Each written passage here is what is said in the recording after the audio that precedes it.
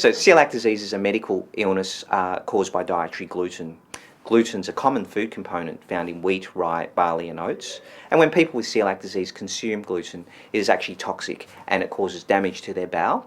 Current estimates indicate that celiac disease was likely to affect perhaps 1 in 250 to maybe 1 in 100 Australians. Our study findings were very surprising. We found that celiac disease was, in fact, contrary to these past estimates, likely to affect 1 in 60 females and 1 in 80 men in Australia.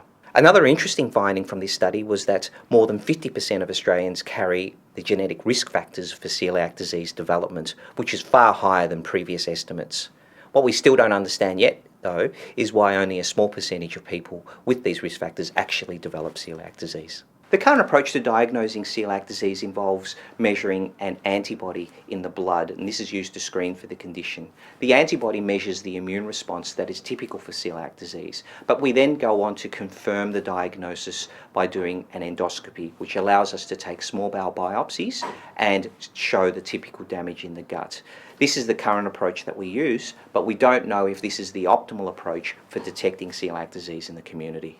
So this study was undertaken to determine the best diagnostic approach to detect celiac disease in the Australian community. We hope that this information would then tell us how common celiac disease is in Australia and how frequently it is actually picked up by doctors. This study involved assessing more than 2,500 people who had been randomly selected off the electoral roll in Geelong. And what we did is we measured a panel of antibody tests, and we also did a gene test for celiac disease.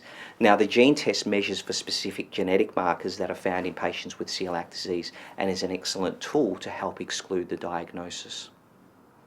We then went on to perform endoscopies on patients who were identified as likely to have celiac disease in order to confirm the diagnosis.